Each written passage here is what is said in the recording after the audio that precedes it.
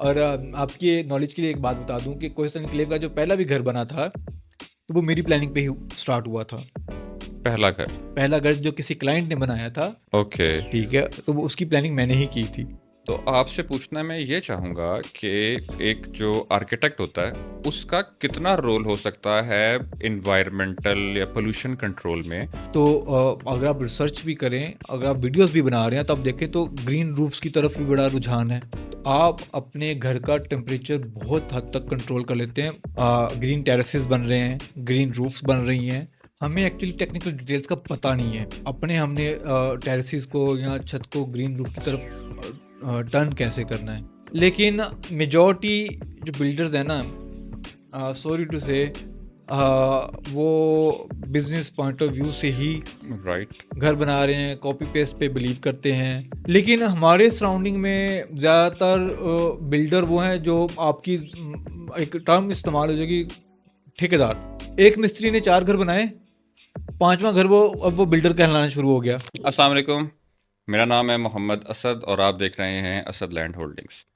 आप मुझे पिछले तकरीबन 2 साल से देख ही रहे हैं कि मैं कोहिस्तान इनक्लेव में वीडियोस बना रहा हूँ, जिसमें ज़्यादातर होते हैं घरों के रिव्यूज़, प्लॉट्स की वीडियोस हम दिखाते हैं आपको, कमर्शियल प्रॉपर्टीज़ की दिखाते हैं।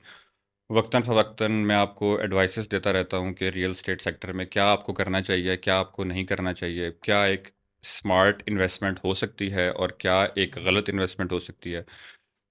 तो हम पिछले 2 साल से कोशिश कर रहे हैं कि हम अपने कस्टमर्स की लाइफ में जो है वैल्यू ऐड करें, जिसमें हमने पहले कोशिश की कि हम जो एक सेलर है जिस कीमत पे वो अपनी चीज़ को, अपने घर को, प्लॉट को बेचना चाह रहा है, हम उसी प्राइस को लेकर मार्केट में आ जाएं और हम उसे अपने यूट्यूब पर, जो कि हमारा एक सोशल प्लेटफॉर्म है, उसके ऊपर हम लगा दें, फेसबुक पर हम लगा दें।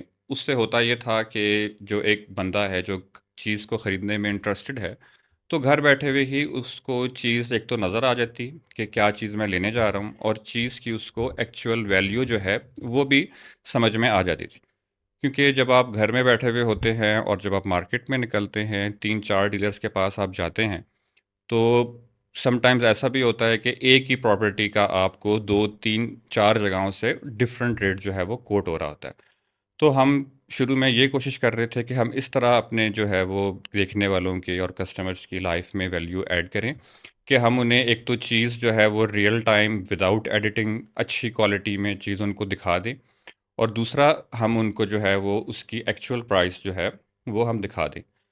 बट 2 साल से करते करते अब मुझे लगने लग गया था कि हमने, क्योंकि ओवर द टाइम हज़ारों लोगों से बातें की, हज़ारों लोगों को हमने घर दिखाए, सैकड़ों लोग कन्वर्ट हुए जिनको हमने चीज़ें बेची, और हज़ार प्लस हज़ारों में हमने जो है वो प्रॉपर्टी व्यूइंग्स करवाई, लोगों से बातचीत की। तो ज़्यादातर लोगों से बातचीत करके मुझे समझ में ये आया कि लोगों के पास पैसे भी हैं, लोग शौक भी रखते हैं, लोग इन्वेस्ट भी करना चाहते हैं और लोग अपने फ्यूचर को सिक्योर भी करना चाहते हैं। बट मसला इसमें यह है कि बहुत बड़ी इन्वेस्टमेंट होती है रियल एस्टेट की, छोटी-मोटी इन्वेस्टमेंट होती नहीं है। अच्छी भली बड़ी इन्वेस्टमेंट लोग कर रहे होते हैं, पर लोगों को खुद कोई चीज़ नहीं पता होती। खुद उन्हें नहीं पता होता कि मैं क्या लेने जा रहा हूँ, मैं क्या करने जा रहा हूँ, इस चीज़ की क्या वैल्यू है। तो बेसिकली जो आपका रियल्टर होता है या डीलर होता है या जो एजेंट होता है, वो आपको ड्राइव कर रहा होता है। वो आपको जो बता रहा होता है, जिस तरफ लेके जा रहा होता है, तो हम उस तरफ जा रहे होते हैं। तो फिर हमने सोचा कि अब हम लोगों की लाइफ में वैल्यू इस तरह ऐड करते हैं कि जो लोग रियल स्टेट सेक्टर्स में इन्वॉल्व हैं, जो लोग अच्छा काम कर रहे हैं। अब ये बताने वाले बहुत से लोग हैं हमें पाकिस्तान में, जो कहते हैं कि जी फ़ाइल्स कल्चर ने पाकिस्तान को ख़राब कर दिया, फ़ाइलें ना लो, फ़ाइलों में ना इन्वेस्ट करो, फ़ाइलों में ना पैसे लगाओ, और लोगों ने बहुत-बहुत नुकसान किया भी। ये बताने वाले तो बहुत से लोग हैं कि आप फ़ाइल्स में इन्वेस्टमेंट जो है वो ना करें।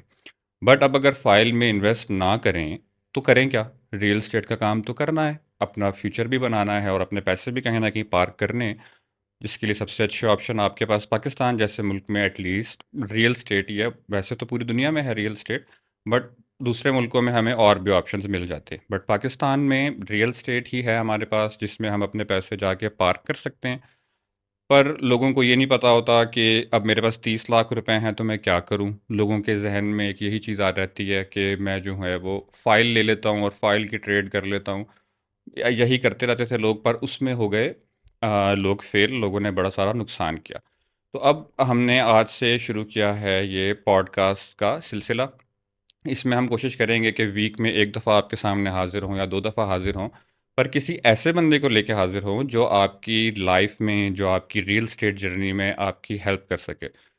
बेशक आप इन्वेस्ट खुद करना चाह रहे हैं, या इन फ्यूचर आपने इन्वेस्ट करना है, या आप घर बनाना चाह रहे हैं, या इन फ्यूचर आपने घर बनाना है, या आप वैसे ही देखना चाह रहे हैं, रियल एस्टेट के बारे में जानना चाह रहे हैं, तो मेरा ख़्याल में आपको हमारी ये पॉडकास्ट सीरीज़ देखनी चाहिए, जिससे आपको इंशाल्लाह बहुत सारा फ़ायदा होगा। इसी सिलसिले में हम आज लेकर आए हैं आपके लिए अपने पहले गेस्ट। हमारे गेस्ट जो हैं ये एक अच्छी सोसाइटी, पाकिस्तान की वेल नोन सोसाइटी, जिसमें मैं ख़ुद भी काम कर रहा होता हूँ, वीडियोस वगैरह बना रहा होता हूँ, तो मैंने सोचा कि हम यहीं से स्टार्ट करते हैं। तो आज के जो हमारे गेस्ट हैं ये कोहिस्तान इनक्लेव के आर्किटेक्ट हैं। कोहिस्तान इनक्लेव के साथ पिछले कोई ये 14-15 सालों से जो है वो अटैच हैं। बहुत सारी खदमात हैं इनकी कोहिस्तान इनक्लेव के लिए, और इनके यहाँ के कस्टमर्स के लिए बहुत टाइम लगाते हैं अपने कस्टमर्स के साथ। बहुत सारी जो है वो सारा दिन जब भी मैं इनके पास जाता हूँ तो ये बहुत बिज़ी होते हैं। तो आज के जो हमारे गेस्ट हैं इनका नाम है मियाँ आतिफ़ महमूद। कोहिस्तान इनक्लेव के ये वाहिद आर्किटेक्ट हैं और बहुत अच्छे इंसान हैं, बहुत अच्छा विज़न रखते हैं। तो हम वेलकम करते हैं आतिफ़ भाई को। अस्सलाम वालेकुम आतिफ़ भाई, फॉर जॉइनिंग अस। कैसे हैं आप? वालेकुमुस्सलाम। मैं ठीक हूँ और अल्लाह का शुक्र है। आप कैसे हैं? अल्हम्दुलिल्लाह, अल्हम्दुलिल्लाह, मैं बिल्कुल ठीक-ठाक। आएँ आज हम बात करते हैं रियल एस्टेट की, रियल एस्टेट में। बिल्कुल, I am all available with my knowledge and with some of my knowledge and with my experience. आप जो चाहें पूछें। काम से रिलेटेड जितनी चीज़ें आप पूछेंगे, जो मेरा नॉलेज में चीज़ें होंगी इंशाल्लाह हम शेयर करेंगे। अच्छा लगा कि आपने एक इनिशिएट लिया है और एक अपने एनवायरनमेंट को लेके आपके मैंने कुछ वीडियोस मैंने देखी भी, जिस तरह आप शूट करते हो किसी भी प्रॉपर्टी को फॉर द सेल पर्पस। और जब आपने मुझे अपना ये आइडिया शेयर किया मेरे साथ कि हम एक पॉडकास्ट करना चाह रहे हैं और स्पेशली कोस्टल एनक्लेव से related and about an architecture environment, उस सिलसिले में जब आपने मुझे अप्रोच किया तो आई वाज लाइक कि ठीक है, इसको अप्रोच करना चाहिए और इसके सिलसिले में हमें ज़रूर एक सिटिंग होनी चाहिए। तो आई एम हियर। बहुत शुक्रिया आतिफ़ भाई, बहुत अच्छा लगा आपने हमें टाइम दिया। हम आज तो आपसे जो आपका इल्म है और जो बातें हम रियल एस्टेट के बारे में करना चाहते हैं आपसे, to as an architecture point of view, तो वो सारी बातें हम एक किस्त में या एक एपिसोड में तो आपसे हम कर नहीं सकते। तो उसके लिए तो हम आपको बार-बार बुलाते रहेंगे। सबसे पहले तो आतिफ़ भाई आप मुझे ये बताएँ कि जो एक जनरल मिसकंसेप्शन हमारे ज़हनों में रहता है, सबसे पहले तो आप मुझे खाली इस चीज़ की डेफ़िनेशन बताएँ कि what is an architect? Architect होता क्या है बेसिकली, और इसकी क्या रिस्पॉन्सिबिलिटीज़ होती हैं, और ये क्या कर रहे होते हैं आर्किटेक्ट्स? अच्छा, जहाँ तक बात आप आर्किटेक्ट की कर रहे हैं ना, तो मैं सिंपल सी एक डेफिनेशन आपको बताता हूँ। आर्किटेक्ट वो शख्स होता है जो आपकी जगह को रहने के लायक बनाता है, डिज़ाइन करता है।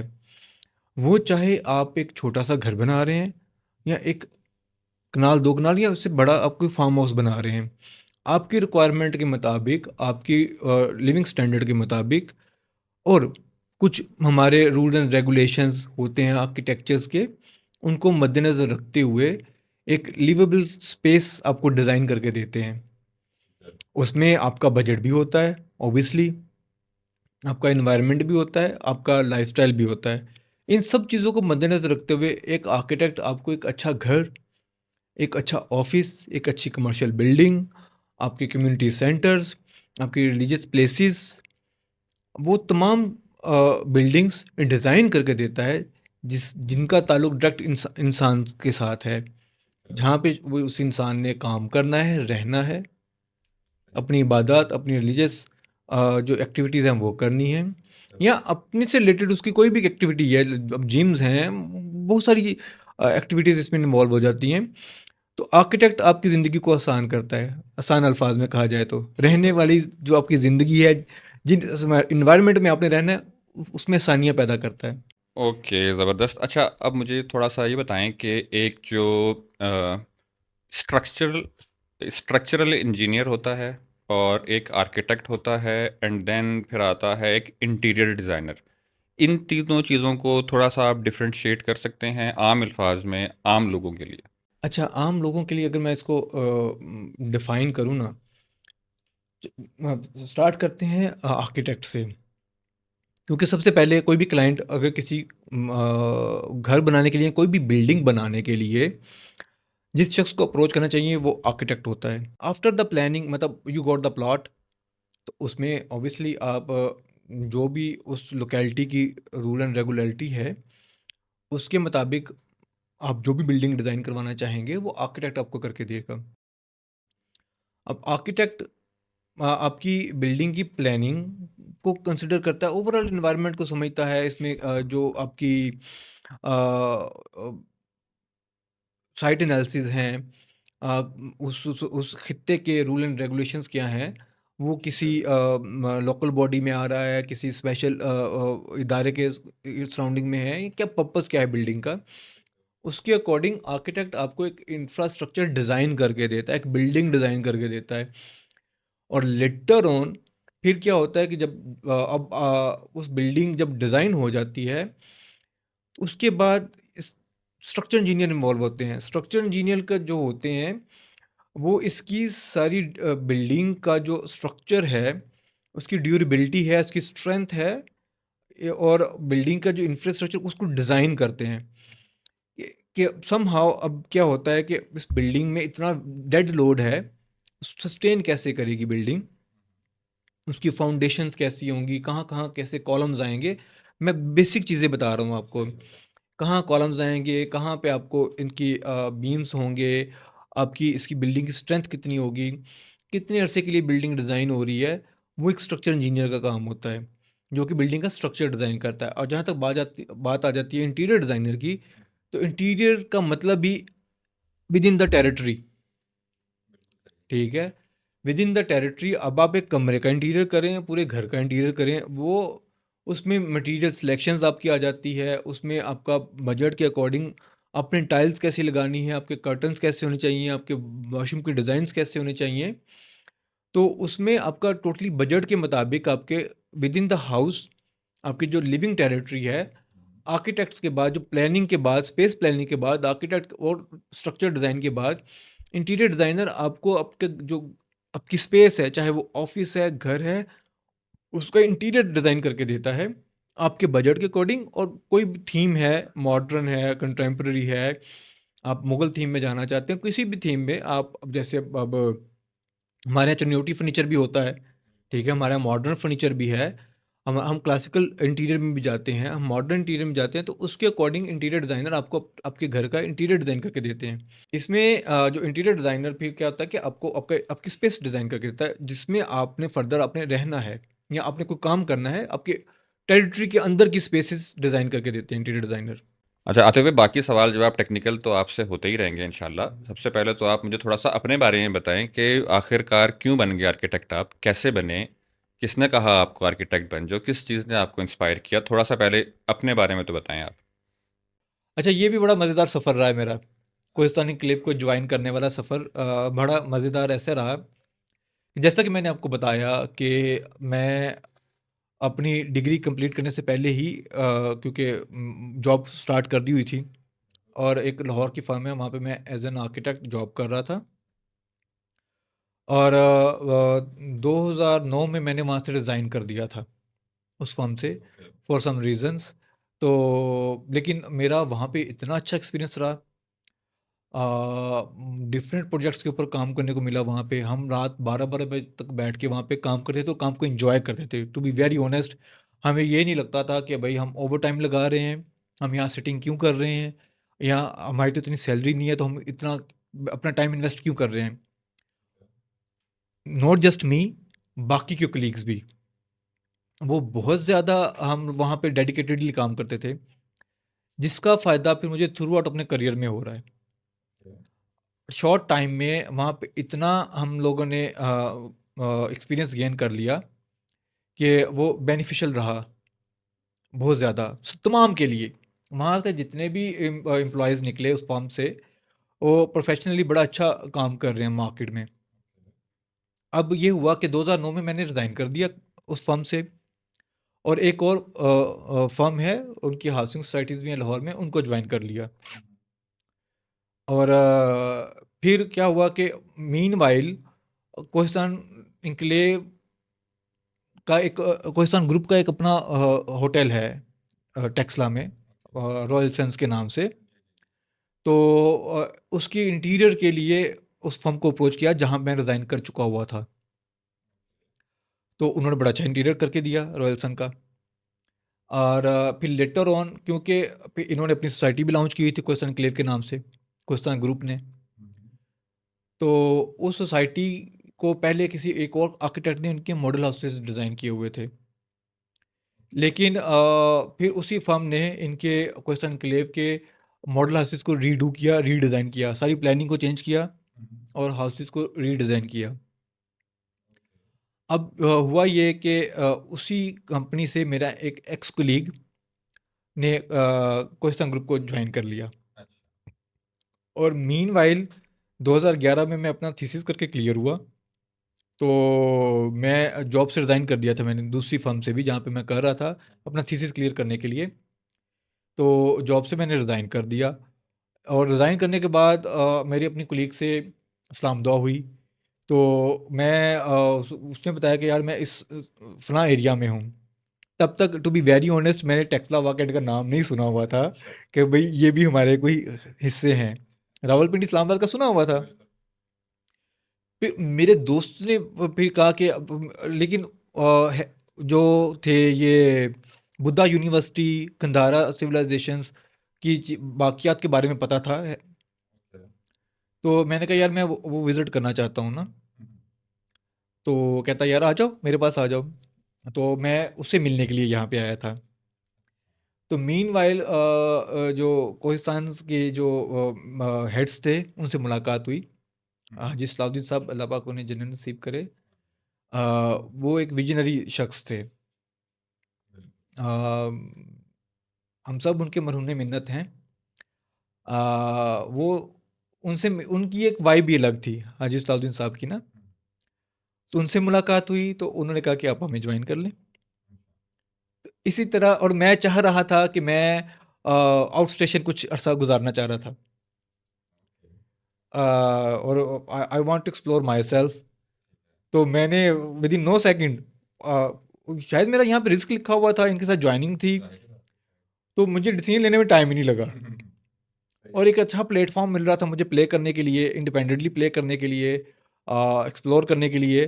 तो मैंने within no second decision लिया और क्वेश्चन क्लेव को एज एन आर्किटेक्ट ज्वाइन कर लिया। माशाल्लाह, ज़बरदस्त। और तब से लेके अब तक आई एम हेयर। थोड़े टाइम के लिए आए थे। थोड़े टाइम के लिए आए थे, तब से लेके आई एम हेयर। और आपके नॉलेज के लिए एक बात बता दूं कि क्वेश्चन क्लेव का जो पहला भी घर बना था, तो वो मेरी प्लानिंग पे ही स्टार्ट हुआ था। पहला घर। पहला घर जो किसी क्लाइंट ने बनाया था, ओके। ठीक है, तो वो उसकी प्लानिंग मैंने ही की थी। ज़बरदस्त। इस बात पे मैं आऊँगा आपके पास बाद में कि आपने क्या डिज़ाइन किया, कैसे डिज़ाइन किया, क्यों किया। बट फ़िलहाल उससे पहले मैं आपसे ये पूछना चाहूँगा कि हैं भी आप लाहौर के, तो लाहौर बंद भी हुआ हुआ है पिछले कुछ 2 ढाई 3 हफ्तों से, और आगे भी कुछ दिन उसके बंद रहने के इम्कानात हैं। कि जैसे कि पूरी आप बात को बात से पकड़ते हैं। पूरी दुनिया का सबसे बड़ा मसला इस टाइम है ग्लोबल वार्मिंग का। बिल्कुल। इन्वायरमेंटल इश्यूज़ हैं। लाहौर में तो इतने ज़्यादा हुए हुए हैं फ़िलहाल कि लाहौर जो है वो बंद करना पड़ गया, और पाकिस्तान के और शहर भी हमें बंद करने पड़ गए। तो आपसे पूछना मैं ये चाहूँगा कि एक जो आर्किटेक्ट होता है उसका कितना रोल हो सकता है इन्वायरमेंटल या पोल्यूशन कंट्रोल में, और जो हमारी लाइफ है जिसमें इतनी पोल्यूशन फैल गई है, तो एक आर्किटेक्ट जो है उस पे कैसे असरअंदाज कर सकता है। आर्किटेक्ट बहुत सारे पहलुओं से असरअंदाज करते हैं। अभी देखा जाए तो वर्ल्ड वाइड सारे के सारे आर्किटेक्ट ये चाहते हैं कि हम सस्टेनेबिलिटी की तरफ जाएं, ग्रीन आर्किटेक्चर की तरफ जाएं, इको फ्रेंडली इन्वायरमेंट की तरफ जाएं। और अगर आप रिसर्च करें वो तो आर्किटेक्ट ज़्यादा आपको इस तरफ मिलेंगे जो ऐसा चाह रहे हैं। इस तरफ से मुराद? इस तरफ से मुराद कि जो green architecture eco friendly environment की तरफ जाना चाहते हैं। ठीक है। फॉर द टाइम बिंग आपको शायद ये थोड़ा कॉस्टली भी लगता है, ये अंडरस्टैंडिंग नहीं हमारी होती। लॉन्ग रन में ये कहीं भी कॉस्टली नहीं रहता। आप एक लो बजट में भी रहते हुए मड हाउस की तरफ भी अगर जब जाते हैं, फॉर एग्जांपल अगर आप किसी ओपन एरिया में कोई घर बना रहे हैं या किसी विलेज में घर बना रहे हैं, किसी अंडर डेवलप एरिया में घर बना रहे हैं, तो आप मड हाउसेस की तरफ भी जा सकते हैं और बड़े अच्छे तरीके से जा सकते हैं। हमारी पाकिस्तान के कुछ आर्किटेक्ट्स हैं जिन्होंने ये मेथड इंट्रोड्यूस भी किए हैं। अब जहाँ तक आपकी बात है कि जैसे पोल्यूशंस की तरफ है, देखिए जैसे-जैसे हज़रत इंसान वसीह से वसीहतर होते जा रहे हैं, इसी तरह हम रैपिडली एग्रीकल्चर लैंड को और ओपन लैंड को कम कर रहे हैं। इसमें हमें थोड़ा-सा अपना लाहे-अमल थोड़ा बेहतर करने चाहिए कि हमने अगर कोई एग्रीकल्चर लैंड या इस किस्म की लैंड को अगर डेवलप करना है, तो उसमें सबसे पहले हमें अपना ग्रीन एरिया कितना छोड़ना है। ये स्टार्ट हो जाता है टाउन प्लानिंग से स्टार्ट हो जाता है। टाउन प्लानिंग के बाद जब आर्किटेक्ट्स इन्वॉल्व होते हैं तो आर्किटेक्ट्स अभी आप देखें तो अगर आप रिसर्च भी करें, अगर आप वीडियोस भी बना रहे हैं तो आप देखें तो ग्रीन रूफ्स की तरफ भी बड़ा रुझान है। ग्रीन टेरेसेस बन रहे हैं, ग्रीन रूफ्स बन रही हैं।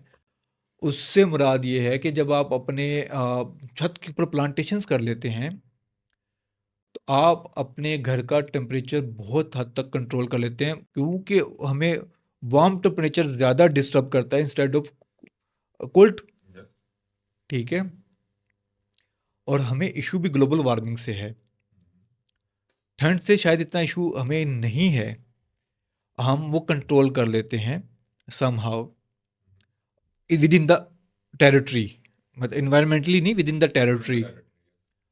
लेकिन ग्लोबल वार्मिंग को हमने किस तरह डिफीट करना है, वो हम green houses eco friendly environment को अडॉप्ट करेंगे तो तभी हम इसको हम पिक कर पाएंगे और इस पे थोड़ा थोड़ा बहुत कंट्रोल कर पाएंगे। अच्छा, थोड़ा सा टाउन प्लानिंग की तरफ आते हैं। टाउन प्लानिंग की आपने बात की, तो टाउन प्लानर क्या होता है और टाउन प्लानिंग क्या होती है, और ये टाउन प्लानर जो हैं ये क्या कर रहे होते हैं? बेसिकली आप देखिए, आप एग्जांपल कोड कर लें अपने कैपिटल को, इस्लामाबाद को। पाकिस्तान का पहला ऐसा शहर है या पाकिस्तान का वो शहर है जो प्रॉपर प्लानिंग के साथ है। इसके आने वाले सेक्टर्स भी और जितने सेक्टर्स बने हुए हैं, तमाम की प्लानिंग हुई हुई है। कहाँ पे कमर्शियल होगा, कहाँ पे आपके पार्क्स होंगे, कहाँ पे आपके कम्युनिटी सेंटर्स होंगे, कहाँ पे आपके एजुकेशनल इंस्टीट्यूट्स होंगे, कहाँ पे आपकी रिलीजियस प्लेसेस होंगी। टाउन प्लानर का बेसिकली काम क्या होता है कि वो आपके गिवन जो एक टेरिटरी है उसको प्लानिंग कैसे करनी है, जोन उसके जोन्स कैसे बनाने हैं। आप इस्लामाबाद का एक जोन उठा के देख लें, एक सेक्टर उठा के देख लें, तो आपको कमर्शियल लहदा नज़र आएगा, आपको हाउसिंग सोसाइटीज़ के अंदर कमर्शियल नज़र नहीं आएंगे। ठीक है। पार्क्स आपको डिफाइंड प्लेसेस मिलेंगी, आपको रिलीजियस प्लेसेस आपको डिफाइंड मिलेंगी। तो टाउन प्लानर आपकी जो ओवरऑल लैंड होता है उसकी डिवीजन को बेहतरीन अंदाज से प्लान करता है। That is called town planning. ठीक है।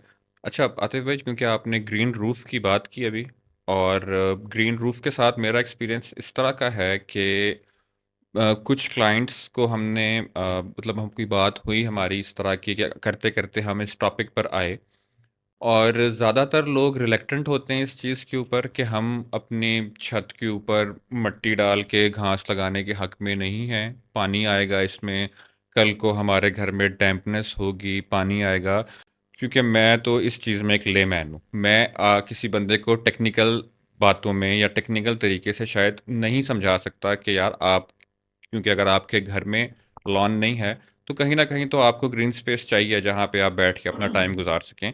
तो अगर लोग छत के ऊपर अपनी ग्रीन स्पेस बनाते हैं, लॉन बनाते हैं, तो ज़रा लोगों को समझाएं कि ये कितनी एक अच्छी चीज़ है और आप अपनी छतों को और दीवारों को प्रोटेक्ट भी कैसे कर सकते हैं आप, और साथ में इंजॉय भी कर सकते हैं अपने लॉन को।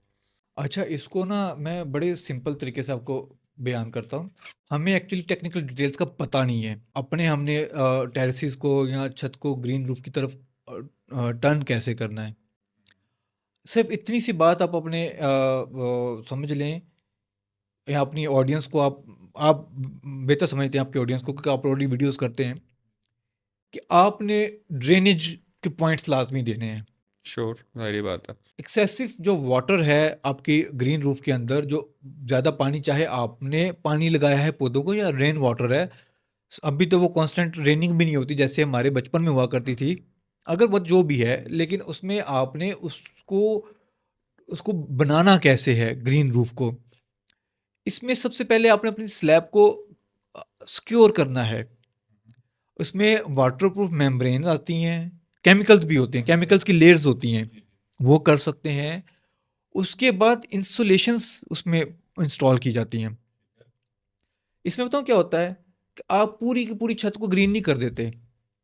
आप क्या करते हैं कि आप पैचेज़ में डिवाइड कर लेते हैं। जब पैचेज़ में डिवाइड कर लेते हैं तो आप उसमें उसके ड्रेनेज के पॉइंट्स देते हैं। ड्रेनेज के जब पॉइंट्स दिए जाते हैं तो जो एक्सेस, फिर क्या होता है कि जब आपने वो उनके पैचेज़ बना लिए, आपने कुछ पॉकेट्स बना लिए हैं, ऑब्वियसली आपको पूरी छत तो ग्रीन नहीं चाहिए होगी। कहीं कुछ पॉइंट्स पे आप नहीं ग्रीन करेंगे, आप सिटिंग सिटिंग पॉइंट्स चाहिए। राइट। उस मेम्ब्रेन के बाद आपके पास जो होता है वो रूट्स बैरियर लग जाता है। आपका एक शीट आती है, ठीक है, उसको चाहे रूफ बैरियर आप समझ लें, एक ऐसी शीट है, पॉलिथीन शीट आप कह लें, कि जो रूट्स को नीचे तक नहीं जाने देंगी। ठीक है, वो एक सस्टेन एरिया तक स्टॉप हो जाएंगी। फिर आपकी जो होती है ड्रेनेज का एक उसमें एक फैक्टर रखा जाता है। ड्रेनेज कैसे होती है उसमें, जैसे आप समझ लें कि अंडों की ट्रे नहीं है प्लास्टिक की, जी। ऐसी एक शीट आती है। मैं एग्जांपल कोड कर रहा हूँ। प्लास्टिक के अंडों की शीट होती है, मतलब वो ऐसी शीट होती है कि उसके आप खड़े भी हो जाए तो वो प्रेस नहीं होगी। वो सबसे बेहतरीन, उसके ऊपर भी जियो टेक्सटाइल फैब्रिक बिछा दिया जाता है। जियो टेक्सटाइल फैब्रिक कर दें आप, या आप नॉर्मल ज़ुबान में आप कह दें कि बोरियां, ठीक है। बोरियां बिछा दें, ताकि जो वाटर ड्रेन हो रहा है वो सिर्फ वाटर ही ड्रेन हो, आपके जो ऊपर जो वेजिटेबल या सॉइल मटेरियल है उसको ड्रेन ना करे। ठीक है, उसके मुताबिक जब आप फिर फिल्टर लेयर, उसको फिल्टर लेयर बोला जाएगा, जो वाटर ड्रेन की फिल्टर लेयर को कर देगा। ठीक है, तो फिर आप उसके ऊपर अपना ग्रोइंग मीडिया, जो आपकी सॉइल है, आपकी कंपोजिट है, कोई भी आपका मटेरियल है, वो आप उसमें रखेंगे तो अब देखिए उसके फ़ायदे कितने हैं। इतनी लेयर्स के बाद आप ऊपर मिट्टी डाल के अपनी वेजिटेशन कर रहे हैं। वो वेजिटेशन आपकी किचन गार्डनिंग भी हो सकती है, आपके प्लांट्स भी हो सकते हैं। और जब आप प्लांटेशन करेंगे छत के ऊपर, तो automatically you will be near the nature. आपके छत पे परिंदे आएंगे, आप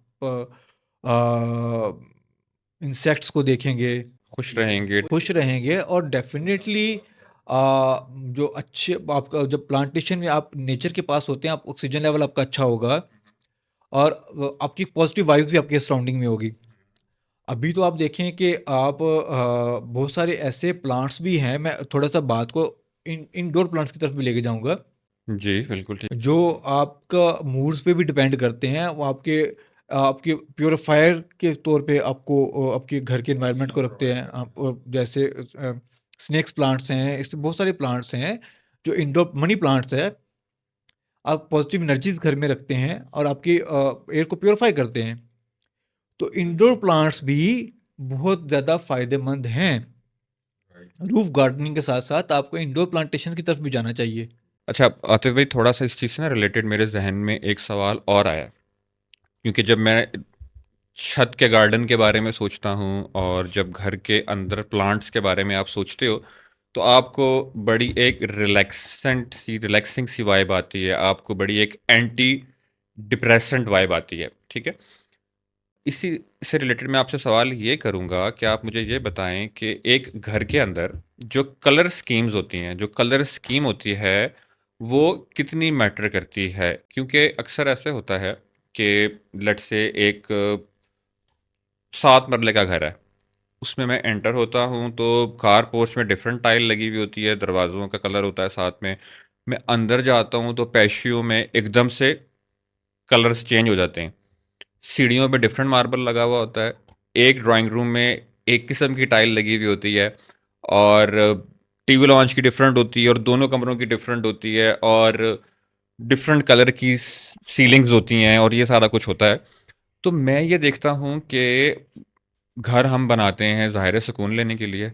एक बंदा घर इसलिए बनाता है कि दिन भर गुजार के जब वो घर में आए तो वो रिलैक्स कर सके, उसका डिप्रेशन दूर हो, ना कि उसको डिप्रेशन हो। अब जब मैं डार्क कलर्स देखता हूँ एक घर के अंदर, तो उससे मुझे एक बड़ी अजीब सी मतलब डिप्रेसिंग सी वाइब आती है। तो आप अगर हमारे जो लोग घर खरीद के बनाना चाह रहे हैं, उनको प्लॉट खरीद के घर बनाना चाह रहे हैं वो, या जो लोग बने बनाए घर ले रहे हैं, और साथ में जो हमारे बिल्डर्स हजरात हैं, इनको आप क्या समझाएंगे कि इनको क्या करना चाहिए कलर अब स्कीम अब देखिए why I am laughing at, मैंने बड़े तहम्मुल से आपको पूरा क्वेश्चन सुना, बट जब आपने बिल्डर हजरात का नाम लिया ना, तो वहां पे मेरी हंसी निकल गई है थोड़ी सी। सब बिल्डर्स नहीं, जी जी फॉर श्योर। लेकिन मेजॉरिटी जो बिल्डर्स हैं ना, सॉरी टू से, वो बिजनेस पॉइंट ऑफ व्यू से ही राइट। घर बना रहे हैं, कॉपी पेस्ट पे बिलीव करते हैं। वहाँ सस्ती टाइल मिल गई, वहाँ से ये मिल गया, ये इधर लगा दो, वो इधर लगा दो, मिक्स एंड मैच। सुर्खी पॉलिश करो घर को थोड़ा सा। हाँ, मिक्स एंड मैच चीज़ें करके तो वो घर कंप्लीट कर देते हैं। आप मेरी बात से इत्तेफाक करेंगे कि आपने जितने भी घर विजिट किए हुए हैं, जी। जितने भी घरों की वीडियोस बनाई हुई हैं, अब आप मुझे आप एक बात का जवाब दें, इसके बाद फिर मैं फर्दर बोलूँगा कि इतने इतने घरों में से कितने अपने डिज़ाइनर घर देखे इंटीरियर पॉइंट ऑफ व्यू से, और कितने बिल्डर्स के घर देखे? ऑनेस्ट आंसर होना चाहिए आपका। अच्छा आतिफ भाई, जाहिर है ऑनेस्ट आंसर ही दूंगा आपको। अच्छा जिन डिज़ाइनर हाउस, मुझे नहीं पता आप किसको कह रहे हैं, लेकिन जिन डिज़ाइनर हाउसेस को मैं जानता हूँ शायद वो डिज़ाइनर हाउस तो नहीं होते बिल्कुल। हमारे यहाँ कॉन्सेप्ट ये है कि स्पेशली हमारे इस एरिया में लोग कह देते हैं एक चीज़ को कि it's a designer house, but उसमें होता वही कुछ है कि डिफरेंट कलर्स सारे कमरों में डाल के, डिफरेंट सी टाइलें लगा के, डिफरेंट सा मार्बल लगा के, एक दीवार नीली करके चार दीवार। यहाँ पे मैं आपकी बात को टोकूँगा। वो इसलिए कि मेरा शायद सवाल आप प्रॉपर तरीके से समझ नहीं पाए। शायद या मैं वैसे कह नहीं सका। मेरा कहने का मकसद ये है कि आपने जितने भी घरों की वीडियोज़ बनाई हैं, आपको नहीं लगता कि somehow they all are similar? Yes, they are. देखें, मैं चलें आपको ना और इसमें मैं आपको एक खुली बात बताता हूँ। वो यहाँ पे मैं थोड़ा फिर हो कि देखें वो सिमिलर मैंने क्यों बोला कि थोड़ी बहुत चेंजेस के साथ चीज़ें कॉपी पेस्ट हो रही हैं आपके सराउंडिंग में, क्योंकि बिल्डर भी शायद, जो अच्छा बिल्डर है ना, वो शायद कोई वेरिएशन लेके आएगा। लेकिन हमारे सराउंडिंग में ज़्यादातर बिल्डर वो हैं जो आपकी एक टर्म इस्तेमाल हो जाएगी, ठेकेदार। एक मिस्त्री ने 4 घर बनाए, 5वां घर वो अब वो बिल्डर कहलाना शुरू हो गया। Right, exactly. मैं किसी को लेट डाउन नहीं कर रहा, मैं किसी का नाम भी नहीं ले रहा। और बहुत सारे ऐसे भी हैं कि जिन्होंने 4 घरों का एक्सपीरियंस गेन करके 5वां घर बहुत अच्छा बनाया। डिज़ाइन किसी की मिरास नहीं है, आपकी मेरी मिरास नहीं है, ठीक है? अ, अगर आप डिग्री से पहले के आर्किटेक्ट देखें, तो वो भी तो डिज़ाइन हुए ना। आप मुगल आर्किटेक्चर देख लें, आप बहुत सारी थीम्स हैं। थीम से मुराद मुगल आर्किटेक्चर है, आपका स्पेनिश आर्किटेक्चर है, आपका इजिप्शियन आर्किटेक्चर है। आप ये बने ना, तब तो डिग्रीज नहीं थी। एक स्टैटिक सेंस होती है, with the passage of time you gain that. जब आप एक घर बनाएंगे तो आप कहेंगे यार ये मैंने खामियां की थी, अब मुझे इम्प्रूव करना है। लेकिन आप जब इम्प्रूवमेंट की तरफ जाएँगे तो आप ऑब्वियसली एक अच्छा घर बनाएँगे और अच्छा घर with good aesthetic sense, it would be a designer house. ठीक है? ज़रूरी नहीं है कि एक ग्रेजुएट बंदा ही एक अच्छा डिज़ाइनर घर बना के दे सकता है। एक अच्छा आप भी डिज़ाइन कर सकते हैं घर को। मैं मतलब और कोई भी डिज़ाइन कर सकता है, लेकिन उसके लिए आपके पास वैसा एक्सपीरियंस होना ज़रूरी है। आप 4 घर खराब करके 5वाँ घर ठीक करेंगे। हाँ, जहाँ तक बात है जो पढ़े-लिखे डिज़ाइनर हैं, वो ऑब्वियसली अपने इंस्टीट्यूट से वो सारी चीज़ें पढ़ के वो एक ट्रैक से गुज़र के वहाँ तक पहुँचे होते हैं और वो फिर मार्केट में कुछ अर्सा गुज़ार के तो उनका एक अच्छा विज़न बिल्ड हो जाता है। फिर मार्केट की प्राइसिंग भी उनको समझ आ जाती है। अब फॉर एग्ज़ाम्पल आपने घर बनाना है, तो आप मुझे अप्रोच करते हैं, तो मैं फिर उसके मुताबिक आपसे पूछूँगा भई कि अब जब ऐसे कलर स्कीम की बात की, तो मैं ऐसे डेफ़िनिटली मैंने उस घर में नहीं रहना। At the end of the day आपने इस घर में रहना है।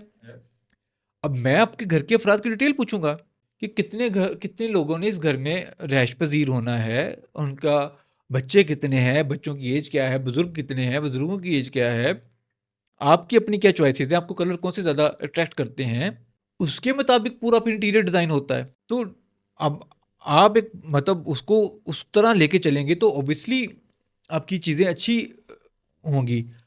लेकिन जहाँ तक कॉन्सेप्ट आपने कहा कि मार्केट में ऐसी बातें हैं, वैसी बातें हैं, तो वो बिज़नेस है। वो बिज़नेस घर बना के सेल करने का है। उसमें कोई बिल्डर कुछ भी बना के सेल कर रहा है। अब आप एक लेमैन हैं, आपको इतना नहीं पता, but you have the budget to buy a house, तो आप ऑब्वियसली आप घूमे फिरेंगे। यहाँ तो कहीं बकरा बन जाएँगे, बकरे भी बनते हैं लोग, ठीक है? ठीक है। अ, अभी मैं आपसे ही रिलेटेड हज़रात की बात करूँगा जो वीडियोज़ बनाते हैं, ऐसे गीली-चिपड़ी बातें करते हैं कि जो बेचारे जिनको इनका नहीं पता क्लाइंट को कि ये कैसी बातें हैं या वो जो भी है, तो वो उन गीली-चिपड़ी बातों में आके तो वो घर खरीद लेते हैं। अब ऐसे बहुत सारे हैं मैंने इन्फ्लुएंसर जो प्रॉपर्टीज़ के ऊपर वीडियोज़ बना रहे हैं। आपने कितने आर्किटेक्ट देखे हैं प्रॉपर्टीज़ के ऊपर वीडियोज़ बनाते हुए? कितने डिज़ाइनर देखे हैं? अ फ्यू ऑफ और वो भी होम टूवर्स होते हैं, सेल परचेज़ के सिलसिले में नहीं। आर्किटेक्ट अपने डिज़ाइन को या डिज़ाइनर अपने डिज़ाइन को ब्रीफ़ कर रहा होता है। घर सेल करने के लिए वो आर्किटेक्ट आगे नहीं आ रहा होता। तो वो आपसे रिलेटेड जो हज़रात हैं, उनको भी थोड़ा एजुकेट होना चाहिए और थोड़ा सच्चाई की बुनियाद पे बातें करनी चाहिए। बेशक, बेशक इसमें तो कोई शक नहीं आते भाई कि यही अब मैंने शुरू में इंट्रोडक्शन में बात कही कि हमारा ये पॉडकास्ट करने का मकसद ही ये है कि हम लोग कहते हैं एक चीज़ कि यार वो डीलर अच्छा है हाँ, जिसके पास एंड यूज़र है। बिल्कुल। ठीक है, जो एंड यूज़र को चीज़ दे सकता है वो डीलर अच्छा है, क्योंकि आजकल लोग एडजस्टमेंट्स भी करते हैं मार्केट में। एक डीलर ने दूसरे डीलर को एक चीज़ बेच दी, दूसरे ने तीसरे को एक चीज़ ट्रू, बेच दी। ट्रू। तो हमारा मकसद ये है कि एंड यूज़र एजुकेट हो जाए। ठीक है, हमारा मकसद लीड तो हमें खुद ब खुद एंड यूज़र की मिल ही जाती है, उसका कोई इशू नहीं है। बट द थिंग इज़ कि हम चाहते ही ये हैं कि हमारा जो एंड यूज़र है वो एजुकेट हो जाए। ठीक है, इसीलिए मैं इसी सिलसिले में मैं आपसे कलर्स की मैंने बात इसलिए की क्योंकि अक्सर बड़े अच्छे अच्छे क्लाइंट्स होते हैं।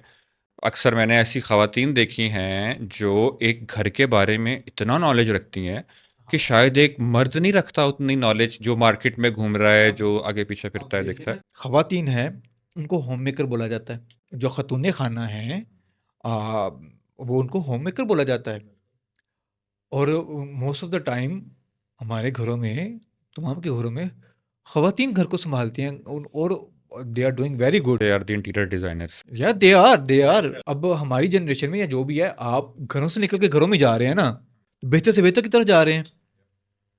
मोहल्लों से निकल के सोसाइटी में आए, गाँव से निकल के टाउन में आए, टाउन से निकल के आप सोसाइटीज़ में आ रहे हैं, ठीक है?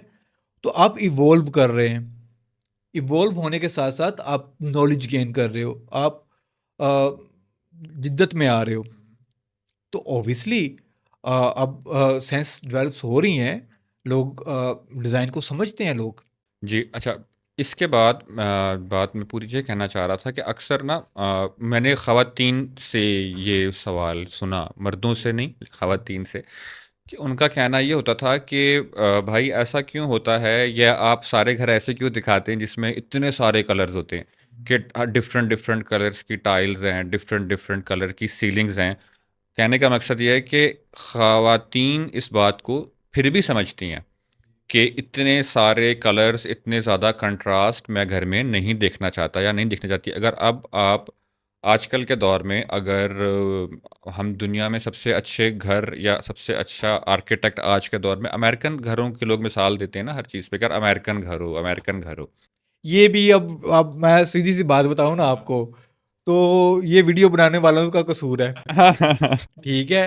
अमेरिकन घर क्या होता है? वहाँ के इंसान नहीं बसते? नहीं, मैं अब आ रहा हूँ ना उसी बात पे कि अमेरिकन घर में मुझे क्या चीज़ फ़ैसिनेट करती है, मुझे क्या चीज़ पसंद है? बड़े होते हैं, खुले होते हैं, हवादार होते हैं। सबसे अच्छी चीज़ कि वो सिंगल या डबल कलर्स में पूरा घर गुजर जाता है। अगर फ्लोरिंग है तो पूरे घर का फ्लोर सेम है। दीवारें हैं या कहीं पे किचन में आपकी वुडन वर्क हो रहा है तो दीवारों का कलर है, ज़मीन का कलर है और वुड का कलर है, और पूरे घर में थ्रू आउट। अच्छा, इसको मैं ना इस तरह डिस्क्राइब करूँगा, मिनिमलिस्ट। हम्म। मिनिमलिस्ट में क्या होता है कि आप कम से कम मटेरियल्स इस्तेमाल करते हैं। कम से कम से मुराद ये है कि बहुत ज़्यादा रश नहीं डालते। हम्म। आपको शायद फॉर द टाइम बीइंग बहुत सारी चीज़ें क्लिक करें, with a certain time frame after आपको बॉदरिंग शुरू हो जाती है कि इतना रश क्यों, घुटन हो रही है। तो अभी मिनिमलिस्ट को बहुत ज़्यादा इनकरेज किया जा रहा है। Less ceilings, not very bright colours, ठीक है? चाहे वो फ्लोरिंग है, आपकी कलरिंग है, बाथरूम्स हैं, सीलिंग्स हैं। सीलिंग्स हैं, तो वो अभी good quality but less in you can say कि ओवर डिज़ाइंड, ओवर डिज़ाइंड चीज़ें नहीं होनी चाहिए। तो आतिफ भाई, चूंकि आपका ताल्लुक इंटीरियर और आर्किटेक्चर दोनों से है, तो चलें आपसे कुछ जो है वो इंटीरियर के सवालात भी कर लेते हैं। बिल्कुल। अच्छा, मेरा एक्सपीरियंस इस तरह का रहा है कि हमने काफ़ी सारे लोगों को हेल्प आउट भी किया घर बनाते हुए मुख्तलिफ मरहलों पे। अक्सर हमारे क्लाइंट से हमारी दोस्ती भी हो जाती है। अक्सर क्या, काफ़ी सारे क्लाइंट से हमारी दोस्ती हो जाती है, फिर हम उनको फर्दर हेल्प आउट भी करते हैं। अच्छा, एक चीज़ जो मुझे लगती है ना कि जब लोग आते हैं सीलिंग्स के ऊपर, तो सीलिंग्स पे लोग बहुत दिमाग लगाते हैं, लोग इंटरनेट पे भी रिसर्च कर रहे होते हैं, वो जो डिज़ाइनर होता है सीलिंग वाले जो आते हैं वो भी अपनी बुक्स आपको दे जाते हैं। फिर लोग करते क्या हैं कि वो बहुत सारे डिज़ाइंस वाली सीलिंग चूज़ करते हैं। एक कमरे में जी उसी सीलिंग पे फूल भी बना हुआ है, स्क्वायर भी बना हुआ है, रेक्टेंगल भी बना हुआ है, और डिफरेंट कलर्स हैं उसमें। फिर अगर कमरे घर में 6 रूम्स हैं और बाथरूम्स वगैरह सब मिला के उनकी कोशिश होती है हम हर जगह पर जो है वो डिफरेंट किस्म की सीलिंग्स कर दें। इसमें मैं कुछ फ्लॉज देखता हूँ। एक तो ये कि जब आप लेटे हुए होते हो और आपको डिफरेंट डिज़ाइंस ऊपर नज़र आ रहे होते हैं, डिफरेंट कलर्स नज़र आ रहे होते हैं, तो उनसे आप एक तो जल्दी बोर भी हो जाते हो। दूसरा, आपको वो कोई रिलैक्सिंग सी वाइब भी नहीं देता। उसके बाद, क्योंकि ये सीलिंग्स हैं, इसके अंदर फिर बहुत सारे अंदर छोटी-छोटी स्पेसेस, खलाएँ निकल आती हैं। फिर उससे होता क्या है कि मकड़ी भी जाले बनाती है वहाँ पे आपके छिपकली भी होती है, वहाँ पे आपके पेस्ट्स भी होते हैं। तो आपने जब उसको साफ़ करना होता है, तो उसमें भी आपको बहुत प्रॉब्लम आती है। तो आप हमारे देखने वालों को थोड़ा-सा इस हवाले से भी गाइड करें कि सीलिंग्स में क्या करना चाहिए? अच्छा, बड़ा इंटरेस्टिंग क्वेश्चन है आपका। आपने आज तक जो आप सीलिंग डिज़ाइनर्स की बात कर रहे हो ना, वो वो वही कॉन्ट्रैक्टर हैं या वो वही लोग हैं जो आपको सीलिंग बना के दे देते हैं। दे आर नॉट डिज़ाइनर, ठीक है? इसमें आप देखें, आप किसी भी अंडर कंस्ट्रक्शन साइट पे जाएँ ना, तो आपको बहुत कम ऐसी ड्राइंग्स मिलेंगी जिसमें सीलिंग के डिज़ाइन ऑलरेडी प्रिंट उसमें लगे होंगे ड्राइंग्स के अंदर, कह रहे हैं आप? ठीक है? क्योंकि हम हमारी सोसाइटी में, हमारे सराउंडिंग में लोग इतने एजुकेटेड नहीं हैं अभी इस चीज़ को लेके। तो वो जो सीलिंग बनाने वाले लोग हैं, जो सीलिंग ऑन स्पॉट आपकी बना के देते हैं किसी भी मटेरियल में, चाहे वो जिप्सम बोर्ड की है, चाहे वो प्लास्टर ऑफ पेरिस की है, या वुडन शीट्स के ऊपर है, या एमडीएफ की है सीलिंग्स। इन मटेरियल्स में सीलिंग्स बनती हैं, और मेजोरिटी जो सीलिंग्स हो रही हैं वो प्लास्टर ऑफ पेरिस में हो रही हैं। ठीक है, तो वो जो सीलिंग का काम करने वाले हैं, वही आपको चंद किताबें, चंद तस्वीरें दिखा के तो क्लाइंट को वो इंगेज कर लेते हैं। जहाँ तक आप ओवरऑल बात करें तो मेरे ख्याल से इतनी सेंस लाजमी होनी चाहिए, या अब आप अपने किसी डिज़ाइनर को इन्वॉल्व करें, या आपकी अपनी सेंस इतनी बिल्ड डेवलप हुई होनी चाहिए कि हमें इतनी रश वाली सीलिंग्स में नहीं जाना चाहिए। मेरा ये मशवरा होगा कि जितनी कम सीलिंग्स हो, जितना कम डिज़ाइन हो, जितने कम लूप होल्स छोड़े जाएं, वो बेहतर है। डिज़ाइन अच्छे हों, और वेल परफॉर्म्ड हुए हों डिज़ाइन, तो वो बेहतर रहते हैं। उसमें लाइटिंग का अच्छा इस्तेमाल किया गया हो। ठीक है, जहाँ तक आप बात कर रहे हो कि सफाई में, देखिए तो वही मैं बात कर रहा हूँ। अगर आप किसी गैराज की सीलिंग कर रहे हो और उसमें आप रोप लाइट की पॉकेट्स छोड़ रहे हो, तो वहाँ पे चिड़ियाँ, खाली मकड़ियाँ नहीं, चिड़ियाँ भी आके घर बनाएंगी अपना। चिड़ियाँ आके बैठ के आपकी गाड़ी के ऊपर शिट्स भी करेंगी। ठीक है, तो उस चीज़ को अवॉइड करना चाहिए। और इंटीरियर की सीलिंग्स में जो आपके वॉल्यूम को मद्देनज़र रखें। एक छोटे से कमरे में आपने 20-25 खाने बना दिए हैं, तो वो ऑटोमेटिकली आपको रश लगेगा। आपका दिल घबराएगा, ये क्या है? ठीक है? जितनी छोटी स्पेस हो, उतनी ही डिसेंट सीलिंग उसमें डिज़ाइन की जानी चाहिए। हम लोग अवेयर नहीं है इस सिलसिले में।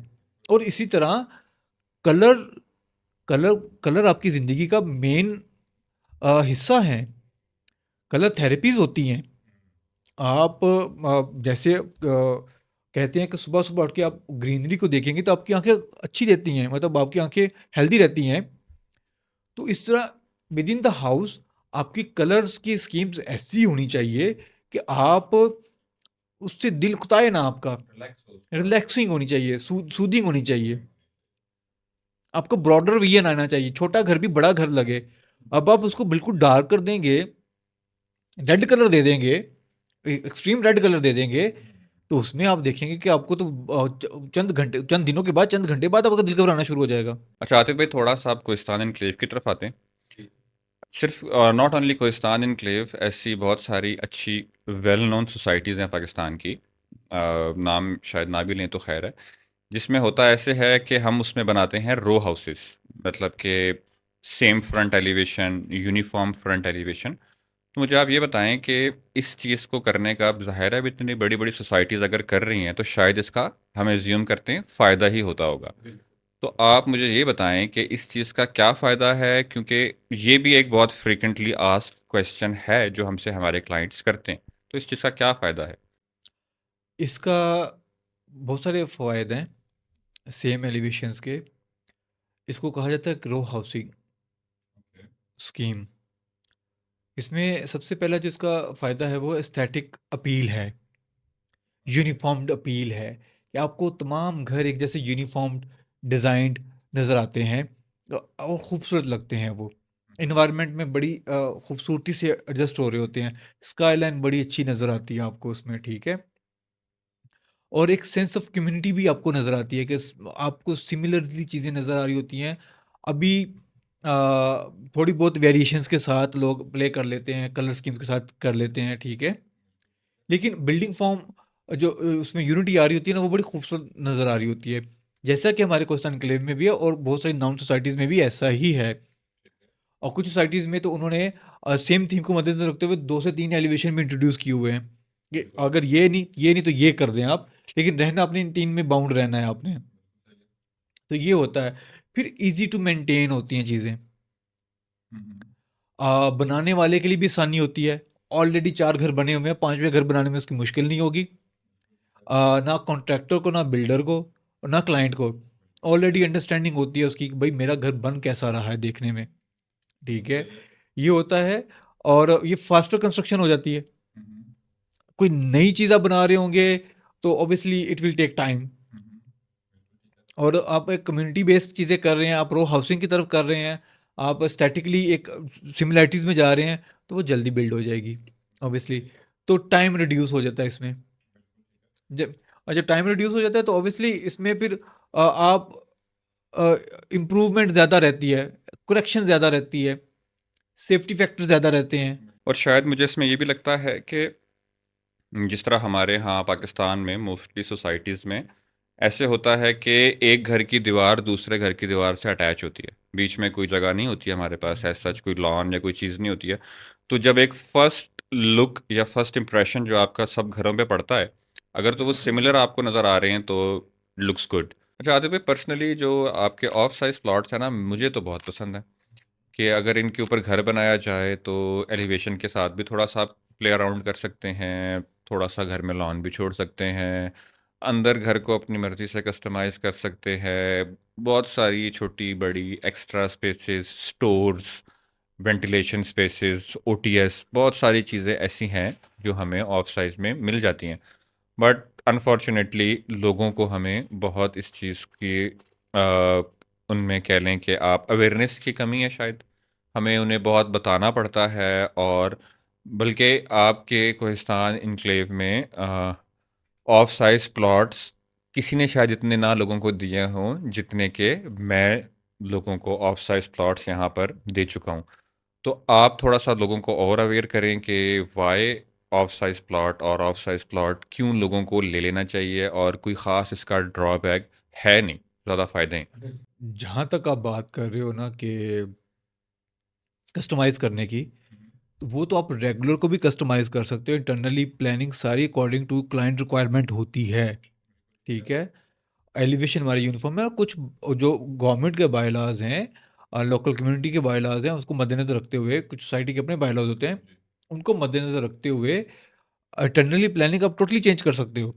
जहाँ तक बात रही ऑफ साइज़ प्लॉट की, तो वो आपके साथ मैं कुछ इमेजेस शेयर भी करूँगा, आप उनको देख सकते हो कि ऑफ साइज़ में एलिवेशन कितना खूबसूरत निकल के सामने आता है।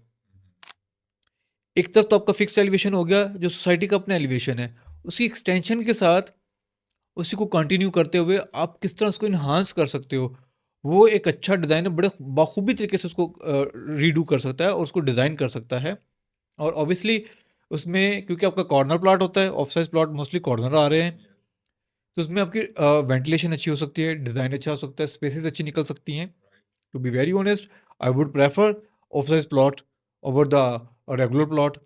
आतिफ़ भाई, मुझे आप ये बताएँ कि अ, जब एक क्लाइंट प्लॉट लेने आता है ना, जिसने ज़िंदगी में एक बार प्लॉट लेना है या दूसरी बार या तीसरी बार भी वो ले रहा है, तो हमारे इस एरिया में लोगों का पहला सवाल ये होता है कि भाई क्या इस प्लॉट में फिलिंग तो नहीं है? तो पहले तो आप मुझे ये समझाएँ कि जो फिलिंग वाला प्लॉट होता है, ये क्या होता है? और अगर किसी के पास है ये प्लॉट, तो उसके क्या-क्या उसको पोटेंशियली नुकसानात हो सकते हैं? और क्या-क्या इसकी प्रिकॉशंस हो सकती हैं जब आप एक फिलिंग वाले प्लॉट के ऊपर घर बना रहे होते हो? अच्छा असद भाई, बात बताऊँ मैं, आप बैठे हैं सत्ता मुर्तफ़ा पोटोहार, पोटोहार के इलाके में बैठे हैं, जो माशतलुम में हम पढ़ते होते थे अक्सर। पोटोवार प्लेट्यू। हाँ, सही है, ठीक है। ये टीलों वाले इलाके हैं। अगर स्पेशली अगर बात करते हैं कोहिस्तान एन्क्लेव की, तो यहाँ पे मट्टी के टीले हैं, छोटे-बड़े मट्टी के टीले हैं, और वो छोटे-छोटे भी हैं और बड़े-बड़े भी हैं। कोहिस्तान एन्क्लेव की एक ख़ास बात ये है कि इन्होंने जो भी फिलिंग की, वो इतनी अच्छी तरीके से की कि बहुत कम प्लॉट जो है वो फिलिंग्स के ऊपर आ रहे हैं, या उनकी फीलिंग्स का वो मयार लूज़ मयार नहीं है, या ऐसी नहीं है कि वो कंस्ट्रक्शन उन पे नहीं हो सकती, ठीक है? कंस्ट्रक्शन हो सकती है उन प्लॉट्स के ऊपर, प्रॉपर्ली हो सकती है, और हमारा फिलिंग को स्टैंडर्ड को मद्देनज़र रखते हुए मेजॉरिटी हमने फिलिंग ऐसी की है कि हम स्टैंडर्ड को फ़ॉलो करते हुए फिलिंग की गई है। लेकिन यहाँ पे ये भी बताता चलूँ, ज़मीन की जो अपनी साख़्त है, वो भी कहाँ कहीं पे सॉफ्ट है, कहीं पे हार्ड है, ठीक है? वो अपनी तरीके से मेंटेन करती है ज़मीन भी। कहीं पे मॉइस्चर ज़्यादा आ जाता है, कहीं पे मॉइस्चर नहीं आता। तो उसका बेहतरीन तरीकाकार ये होता है कि उस प्लॉट के ऊपर सोइल टेस्ट कर लिया जाए पहले। सही है। अगर कोई बाय करना चाह रहा है, क्योंकि ब्लाइंड नहीं रखना चाहिए किसी को भी। बिल्कुल। और हमारे मेजॉरिटी देखें आप सोइल टेस्ट तो जितने भी घर कंस्ट्रक्शन हुए हैं, कोई ऐसा घर नहीं जिसका सोइल टेस्ट परफॉर्म ना हुआ हो। बिल्कुल, ये तो करना पड़ता हाँ, और मैं बताना चाहूँगा आपको कि हम 20 फीट डेप्थ में जाके इसका सैंपल कलेक्ट करते हैं, घरों के लिए भी। है। ओके। घरों के लिए, सिर्फ घरों के लिए, सही। कि ताकि हम इतनी डेप्थ में जाके, हालांकि इतनी फीलिंग होती नहीं है, लेकिन फिर भी हम इतनी डेप्थ में जाके सैंपल कलेक्ट करते हैं ताकि हमारे पास पूरा डाटा है। फिर हम जो सॉइल टेस्ट प्रोवाइड करते हैं, इसमें हिस्ट्री की इमेज भी लगी होते हैं कि 2019 में यहाँ पे क्या था, 2014 में यहाँ पे क्या था, गूगल हिस्ट्री की इमेजेस भी उसमें साथ में लगाए जाते हैं ऑलराइट, ठीक क्लाइंट है। की नॉलेज के लिए। ठीक है। और उसके मुताबिक इसका कंप्लीट आर्किटेक्चर के बाद हमारे स्ट्रक्चरल इंजीनियर इसका स्ट्रक्चर डिज़ाइन करते हैं ताकि जो इंसान, जो क्लाइंट अपनी अच्छी खासी अमाउंट इस घर के ऊपर लगाना चाह रहा है, थोड़ा सा एक्स्ट्रा बजट के साथ, वो अच्छी फाउंडेशन के साथ लेके चले। अगर उस प्लॉट में कोई माइनर फीलिंग आ रही है या कोई फीलिंग फैक्टर आ रहे हैं, सही है। तो वो जो अपनी इतनी अमाउंट उसके ऊपर, घर के ऊपर लगा रहे हैं, उसको सिक्योर भी तो करना है ना। बिल्कुल, ठीक है। तो हमारे भी स्ट्रक्चर इंजीनियर सोइल टेस्ट की बुनियाद पे फिर स्ट्रक्चर डिज़ाइन करते हैं। ओके। अच्छा, चलें ये तो बात हो गई अच्छी फिलिंग कही ना आपने कि अच्छे तरीके से फिलिंग की हुई है और सारे पैरामीटर्स को भी मद्देनज़र रखा जा रहा है। लेट्स से कि एक जगह पे आउट ऑफ द सोसाइटी किसी जगह पे एक बंदे ने प्लॉट लिया है और उसके ऊपर जो है फिलिंग अच्छे तरीके से नहीं की गई। ठीक है। लेट्स से कि रिपोर्ट कहती है कि 10 फीट फिलिंग आ गई प्लॉट में। ठीक है। अब 10 फीट फिलिंग भी आ गई उसमें और मुझे ये भी नहीं पता कि फिलिंग कैसी हुई है इसके अंदर। अब मैंने अगर उस पर घर बनाना है या किसी बंदे ने घर बनाना है तो उसके लिए वो क्या चीज़ें, क्या पैरामीटर्स, क्या प्रिकॉशंस लेते हैं और उसका फिर कॉस्ट के ऊपर, जो बिल्डिंग कॉस्ट होती है उसके ऊपर क्या फ़र्क पड़ता है? देखें, ये डिबेटेबल है। जो आपका क्वेश्चन है ना, इसमें हमारे सराउंडिंग में ही बोगस रिपोर्ट्स भी तैयार हो रही हैं। बिल्कुल, कुछ भी ठीक है, हो सकता कोहिस्तान एन्क्लेव से हटके आप सराउंडिंग की कुछ लोकेशंस को देखें, तो पूरा टेस्ट परफॉर्म होता भी नहीं है। जस्ट खानापुरी के लिए टेस्ट परफॉर्म किया जाता है, ये प्लॉट सेल हो जाए सही। उसके बड़े बड़े ड्रॉबैक्स भी आए हैं, क्लाइंट ने सफ़र भी किया है इस चीज़ को लेके। मैं ये एडवाइस करूँगा कि एक अच्छे इन्वेस्टिगेटर से सॉइल इन्वेस्टिगेट करवाई जाए, ठीक है। सॉइल इन्वेस्टिगेशन टेस्ट करवाया जाए, और उसको बिल्कुल भी इग्नोर ना किया जाए उस टेस्ट को। और एक structure engineer, proper structure engineer से उसके स्ट्रक्चर डिज़ाइन करवाया जाए, तो मैं नहीं समझता कि फिर उसमें इश्यूज़ आएँगे। फिर ओके। कंस्ट्रक्शन भी उसकी अच्छी की जाए। ये नहीं है कि सिर्फ़ आपने डिज़ाइन करवा लिया है, आप कंस्ट्रक्शन नहीं कर रहे उसके अकॉर्डिंग। और जहाँ तक आप बात करें सॉफ्ट फीलिंग की, अगर रिपोर्ट में अच्छा, कैसी फीलिंग है ये रिपोर्ट में बताया जाता है। आपकी रिपोर्ट में आपने क्वेश्चन में बात की थी कैसी फीलिंग है, वो जिस किस्म की फीलिंग हुई होती है वो रिपोर्ट में डिटेल्ड बता देते हैं कि इस किस्म की लूज सॉइल यहाँ तक है, इसमें मॉइस्चर लेवल ये है, इतनी डेप्थ में। बुनियाद की रिकमेंडेशन भी बता देते हैं। ओके।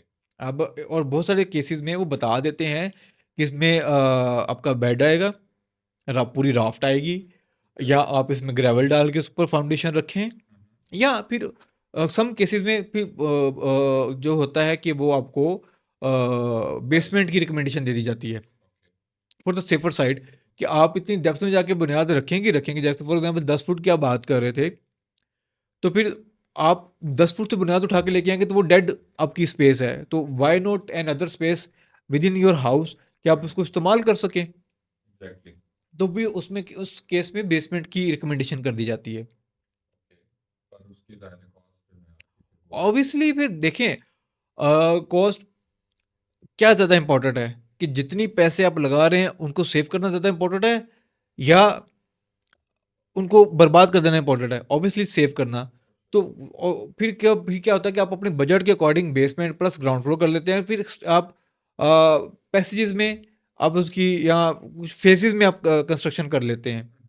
अब उसमें रिकमेंड ये किया जाता है कि फेजेस में कंस्ट्रक्शन कर लें, ठीक है, लेकिन आर्किटेक्ट या स्ट्रक्चर इंजीनियर नहीं चाहता कि आपकी जितनी भी इन्वेस्टमेंट हो रही है या आप जितना भी अपना कंज्यूम कर रहे हैं, पैसा लगा रहे हैं, वो वेस्ट में जाए। ठीक है, चलें अब तक तो बात होगी प्लॉट की ना, कि फिलिंग वाला प्लॉट अगर आ गया है, हमने टेस्ट परफॉर्म कर लिया, मुझे पता चल गया, अब मेरी चॉइस है कि मैं उस पे घर बनाऊं या मैं उस प्लॉट को निगलेक्ट कर दूं और मैं फिर किसी और प्लॉट की तरफ जाऊं। ठीक है, अब अगर एक बंदे ने लेट से बना बनाया घर खरीदा, अब अगर जिस तरह आपने कहा कि लोग रिपोर्ट मैनिपुलेट कर देते हैं, तो वो रिपोर्ट मैनिपुलेट इसीलिए की जा रही है कि वो प्लॉट बिक सके।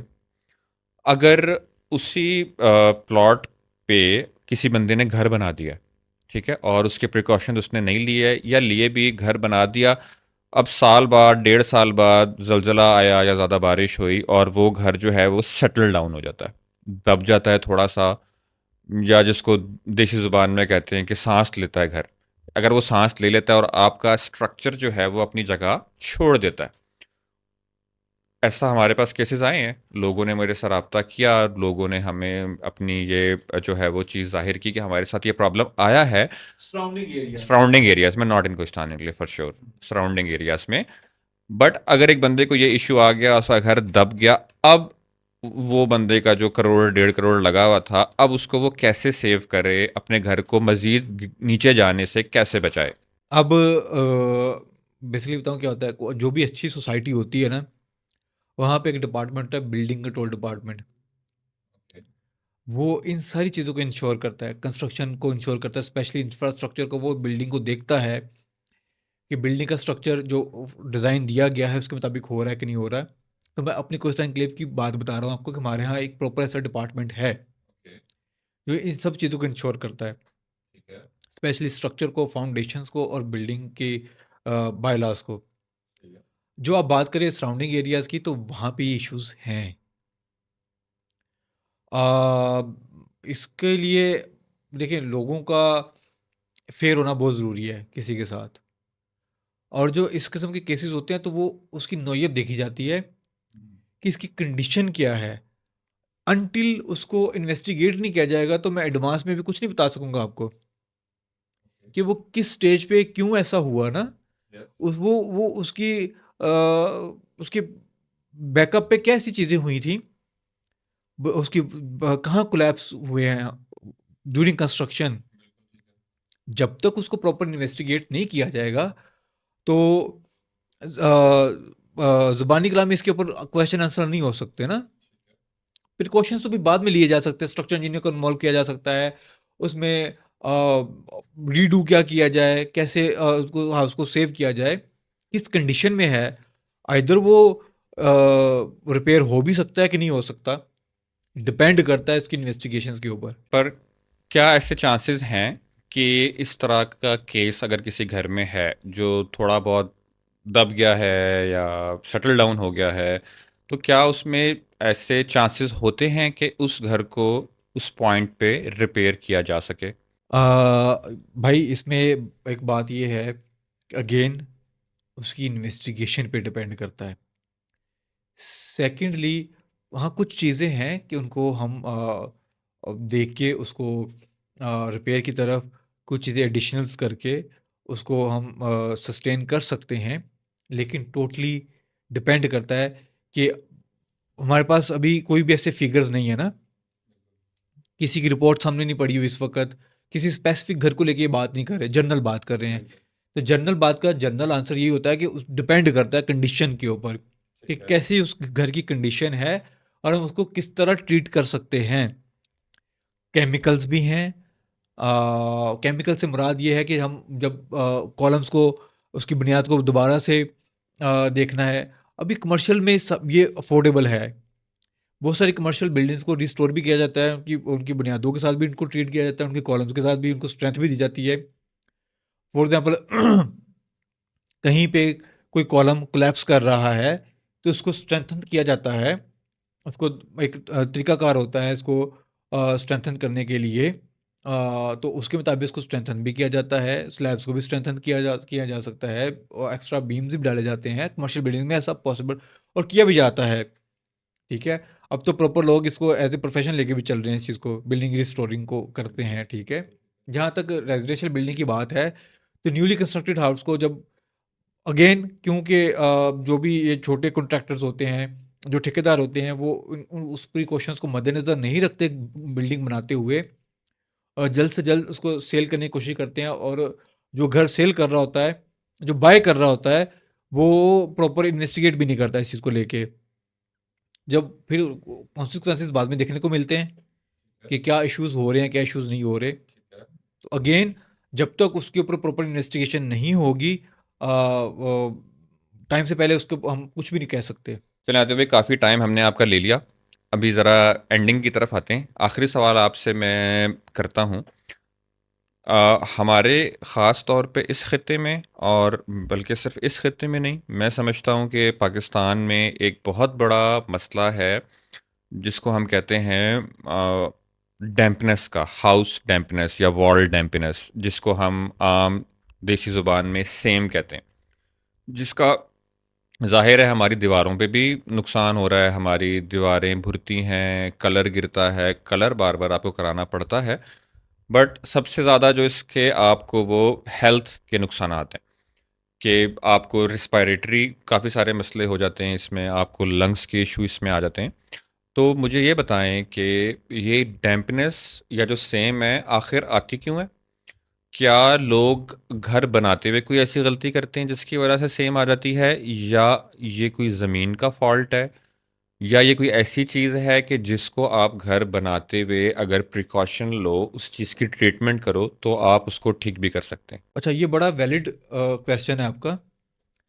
इसमें ना हम लोग बड़ी नेग्लिजेंस करते हैं कंस्ट्रक्शन के दौरान, फाउंडेशन के दौरान, डीपीसी के दौरान, प्रॉपर कंस्ट्रक्शन मेथड को फॉलो नहीं करते।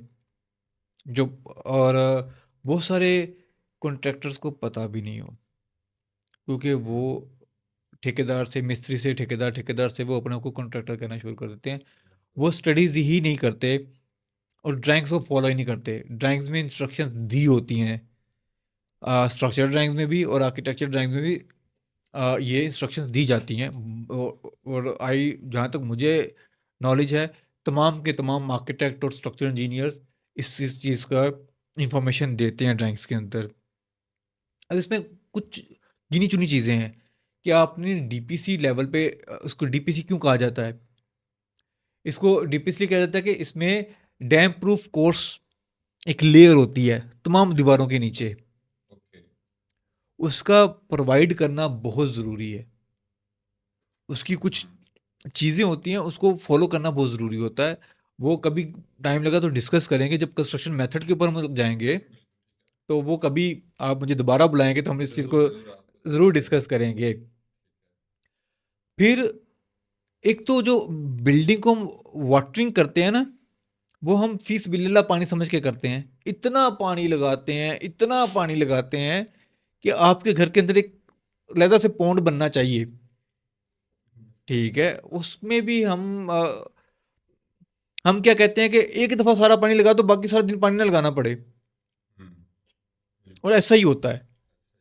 मतलब आप मुख्तलिफ फ़ेज़ेज़ में टाइम में दिन के मुख्तलिफ टाइम में आप बिल्डिंग को थोड़ा-थोड़ा पानी ज़रूर लगाएँ, लेकिन ये ना करें कि पाइप खोल दिया है और खुला ही रहे पाइप आपका, ऐसा नहीं होना चाहिए, ठीक है?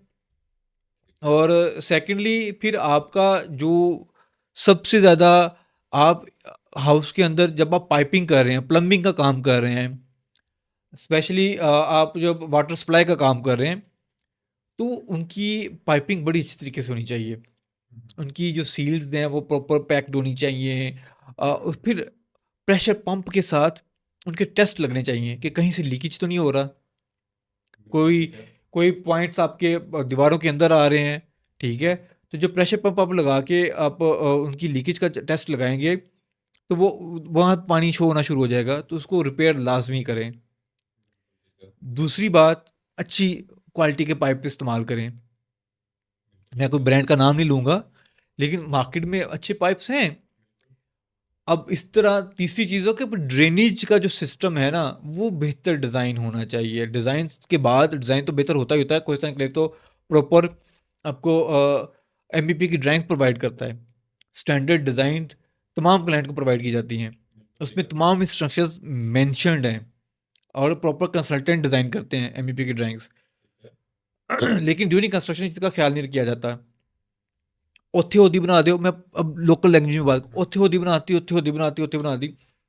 उसके अंदर ट्रीटमेंट क्या करने हैं, पैन कैसे इस्तेमाल करनी है, उसकी स्लोप्स कैसे बनानी है ताकि पानी रुके ना, ठीक है।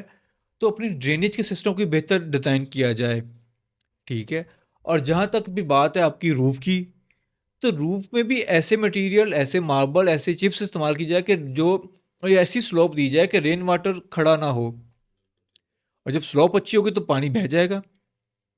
पानी बह जाएगा तो कहीं डैम्पनेस नहीं आएगी, सीपेज नहीं आएगी। और तीसरी जो चीज़ है, आप कोई भी पेंट इस्तेमाल करें तो वेदर शीट इस्तेमाल करें, ताकि जो पानी आपकी दीवारें अब्जॉर्ब कर रही हैं वो अब्जॉर्ब ना करें। अभी बहुत सारे ऐसे केमिकल्स भी हैं मार्केट में, बहुत सारे केमिकल्स हैं जो आपके इस डंपनेस को कंट्रोल करते हैं, आपकी लीकेज को, छतों की लीकेज को, या ऊपर से जो वो एक वो लेयर बना देते हैं कि वो वहाँ से पानी इस तरह से अब्जॉर्ब ना हो। तो कंस्ट्रक्शन मेथड ठीक होने चाहिए, that's it. Thank you so much Atif भाई। अच्छा आतिफ भाई, एंड पे जाते हुए कोई एडवाइस दे जाएं हमारे न्यू होम बायर्स के लिए, या जो लोग अभी नया घर अपना डिज़ाइन करवाना चाह रहे हैं। तो आप मुझे ये बताएं कि डिज़ाइन में जो लोग मिस्टेक्स करते हैं, जो लोग ज़्यादा कॉमनली मिस्टेक्स करते हैं, क्योंकि आपने तो हज़ारों से ज़्यादा क्लाइंट्स आज तक लिए हैं, तो वो जो मिस्टेक्स करते हैं लोग, उनको कैसे अवॉइड कर सकते हैं? और बस आप हमें ये बता दें कि कॉमन मिस्टेक्स क्या हैं और क्या एडवाइस आप देंगे न्यू होम बायर्स को या जो मेकर्स हैं उनको? एट द एंड जो मेरी एडवाइस है, एक मेरा अपना एक एक्सपीरियंस है, चलें मेरा कोई तरह का एक्सपीरियंस है आप कंसिडर कर लें। तो मेरे पास बहुत सारे क्लाइंट्स आ चुके हैं, कई सारे आपके नॉलेज में भी है, और 2000 प्लस क्लाइंट्स को मैं इस वक्त डील कर चुका हूँ, या जिनके साथ मेरी डिस्कशन हो चुकी हुई है। बिल्कुल सही है। इसमें जो मेरी तरफ से क्लाइंट को कहा जाता है ना, कि मैं क्लाइंट की यही एडवाइस होती है कि at the end of the day client ने इस घर में रहना, आर्किटेक्ट ने नहीं रहना। तो आपकी जो भी ख्वाहिशात हैं या जो भी रिक्वायरमेंट है, आप अपने आर्किटेक्ट को गो थ्रू करें, और फिर बताएं कि हम ऐसा घर अपना ड्रीम हाउस सोच रहे हैं। उसके मुताबिक अ, फिर आपका आर्किटेक्ट आपको एक अच्छा लेआउट प्लान बना के देता है, और आर्किटेक्ट आपको गाइड भी करता है कि ये ना करें, ये कर लें, इस तरह चीज़ें होती हैं। क्योंकि बहुत सारे, देखिए अगर मैं 2000 लोगों से मिल चुका हुआ हूँ, तो मेरा एक अपना एक जर्नल एक्सपीरियंस हो चुका हुआ है, ठीक है। उस एक्सपीरियंस में मैं बहुत सारी चीज़ों को अब कुछ लोग को इतने अवेयर नहीं होते डिज़ाइन को लेके, तो आर्किटेक्ट ने ही गाइड करना होता है। तो आर्किटेक्ट से खुल के अपनी डिस्कशन करें। जितना खुल के आप आर्किटेक्ट को बयान कर पाएँगे, आर्किटेक्ट उतना अच्छा आपको डिज़ाइन बना के देगा। और मेरी एडवाइस ये है कि मतलब हम कोई सा क्लेम में अगर मैं बैठा हूँ, तो मैं अपने क्लाइंट, जितने भी क्लाइंट मेरे पास आते हैं, उनको मैं कहता हूँ कि I am available for you for the 100 times. आप मेरे साथ 100 टाइम बैठ के सिटिंग करके अपना नक्शा, अपना लेआउट प्लान में से डिस्कस कर सकते हैं। फिर हमारी कोशिश पूरी होगी कि हम एक, जो हमारे बायलॉज हैं, जो हमारे रूल एंड रेगुलेशंस हैं, उनको मद्देनजर रखते हुए आपको एक अच्छी प्रपोजल बना के दी जाए, और आपको सेटिस्फाइड किया जाए कि जिस घर में आप रहना चाहेंगे, तो must discuss with your architect whatever you want. That's would be my advice for your clients and for my clients as well. Thank you so much for joining us today Atif भाई। आपसे मिलके बहुत अच्छा लगा, बहुत कुछ सीखा हमने आपसे। और रियल स्टेट की बात आज हमने रियल स्टेट में की है, जो हमारा ये जो है वो पॉडकास्ट शुरू करने का मकसद था। आपका नॉलेज एक पॉडकास्ट में या एक आधे घंटे में निकालना जो है वो नामुमकिन है। तो इसलिए हम आपसे इंशाल्लाह टाइम टू टाइम, हम आपसे टाइम लेकर आपके साथ पॉडकास्ट करते रहेंगे। आज भी बड़ी मुश्किल से आपने हमें टाइम दिया, पर बहुत शुक्रिया कि आपने हमें टाइम दिया। Thank you for joining us today. Asad भाई, ये मेरे लिए भी खुशी का मुकाम है कि आपने मुझे इनवाइट किया। टाइम निकालना बड़ा मुश्किल है क्योंकि फैमिली भी है और कोस्टा एन्क्लेव की ज़िम्मेदारियाँ भी हैं। जी, जी, जी। तो अल्हम्दुलिल्लाह अच्छे से हो रहा है सब कुछ और इंशाल्लाह जब-जब आप बुलाएँगे, क्यों नहीं जी। आप भाई हैं, ज़रूर हाज़िरी होगी और अच्छी डिस्कशंस के लिए I am always available. Thank you so much. Knowledge को स्प्रेड करना चाहिए और वो सुन्नत समझ के स्प्रेड करना चाहिए और इंशाल्लाह इस चीज़ को हम अच्छे तरीके से आगे भी कंटिन्यू करेंगे। Player for me. Thank you so much भाई। ओके जी, अल्लाह जज़ाकल्लाह, हाफ़िज़, अस्सलाम जज़ाकल्लाह। वालेकुम।